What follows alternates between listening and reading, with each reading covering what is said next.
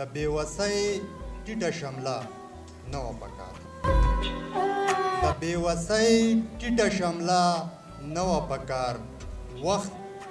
وخت ته د جبر سلسله نه وه پکار زما جومات ته هم بمونه راوړي ښه نه کوي زما جومات ته هم بمونه راوړي ښه نه کوي زما حجره باندې حمله نه وه پکار په ما ماتم او تا هلته خوشحالۍ نمانځلې په ما ماتم او تا هلته خوشحالۍ نمانځلې په ما ماتم او تش والا نه وه پکار زما په حق کې به یې دوه خبرې کړې وې خو زما په حق کې به یې دوه خبرې کړې وې خو